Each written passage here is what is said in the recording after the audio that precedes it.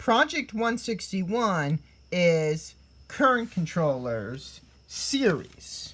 We are using all 3 fixed resistors in the circuit and also including the slide and press switches. The 3 resistors are wired in series as what the name of the project implies. You can see that both switches are off, yet the white LED is on even though it's pretty dim. That is because the resistors are helping to form a complete circuit, but they are greatly restricting the flow of current through to the white LED. But now we're going to turn on the slide switch and the white LED becomes brighter. Hold down the press switch and now the white LED is at full brightness. That is because the switches are used to bypass the R3 and R5 resistors. The R1 resistor is still included in the part of the current circuit, but it is far less powerful than the other two, so the white LED is bright.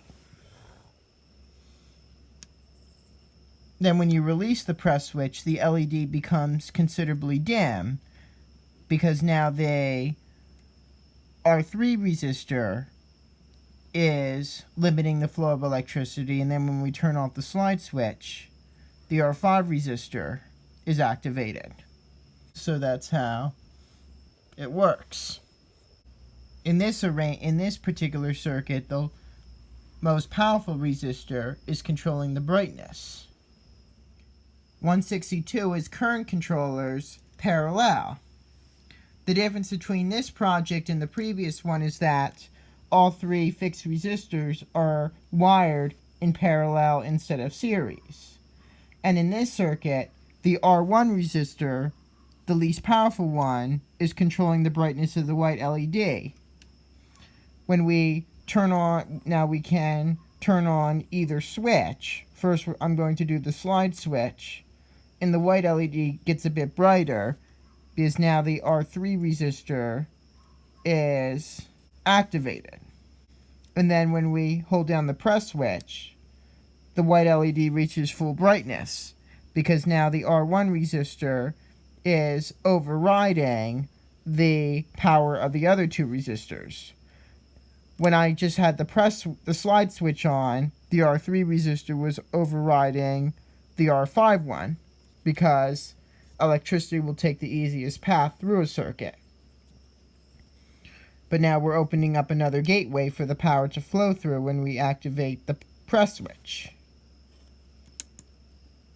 When we turn off the slide switch, it doesn't really make a difference because electricity does not want to take that path, the center path. It will take the left path because it's the easiest. Now release the press switch, that path is unavailable now. And actually, the only path for the electricity to flow through is the white LED, is the one containing the R5 resistor, and that's the most difficult path, yet it's the only one, so that's why the LED is dimmest on this setting. 163 is blow sound changer. For this project, we will turn on the slide switch, and we will hear a siren sound. It's a steady sound right now, but when I blow into the microphone, listen carefully.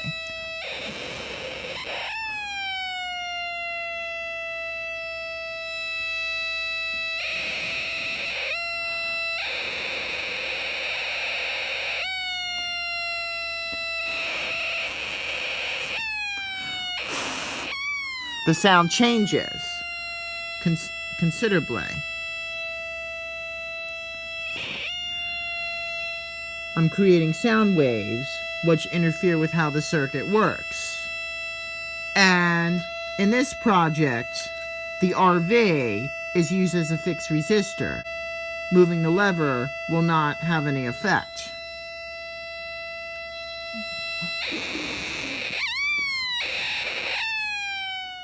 Project 164 is short light. we are going to use this circuit, and an important component that we have is the C4 capacitor. It plays a big role in this project. Turn on the slide switch. The white LED turns on, and it will gradually turn off. We're going to hit the press switch. The white LED comes on, and it's pretty bright, but watch it carefully. It's dimming and then turning off completely. That is because the white LED is only lit when there's energy from the C4 capacitor to go through it. Turning on the slide switch charges the capacitor, and then hitting the press switch will cause the capacitor to discharge, and the electricity flows through the white LED. There are many practical applications for this type of light. For instance, at nighttime, if you need to see the time, you can push a button on your clock and a backlight will come on showing you the time, but it will typically stay on for a few seconds and then turn off to save energy. Or a watch that has a backlight that comes on. Also, in your automobile, you might have an overhead light that will stay on that comes on when you open the doors, and then when you shut the doors, the light will may stay on for a short period of time before turning off. That's because it's being powered by a capacitor. In this circuit, the adjustable resistor is serving as a fixed resistor and therefore will have no effect. 165 is shorter light. We replace the R5 resistor with the R3 one, and now when we hit the press switch, the white LED does not stay on as long. That's because the R3 resistor is allowing the current to flow out of the capacitor more quickly.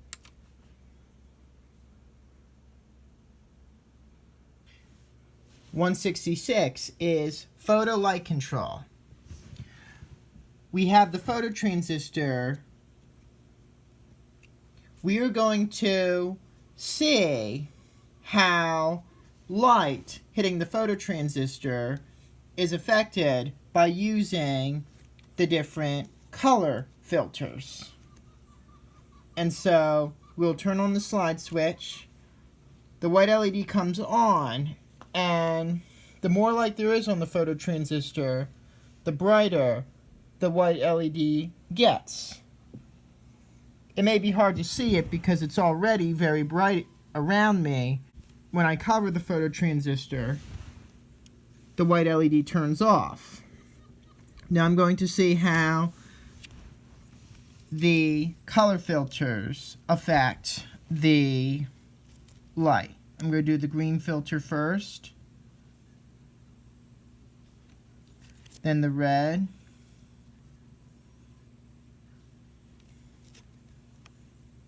and blue. It seems like the red and blue and green filters especially block out a lot of light. The blue one doesn't seem to restrict it, or actually it does. All three filters seem to block out a considerable portion of light to the phototransistor.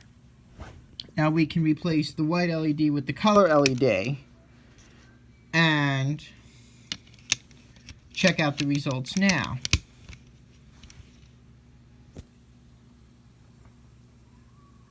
Can't tell if the color LED is at full brightness, but it's probably not right now, but we can still use the filters to see what will happen.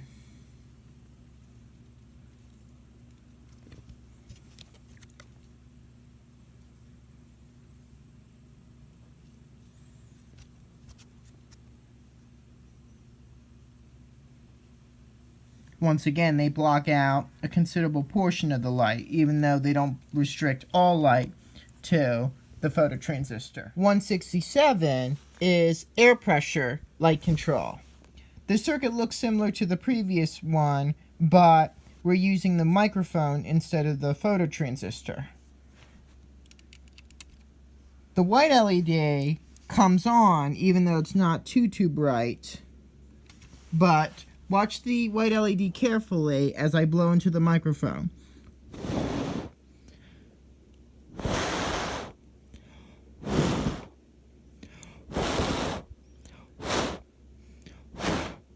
You might see it flicker.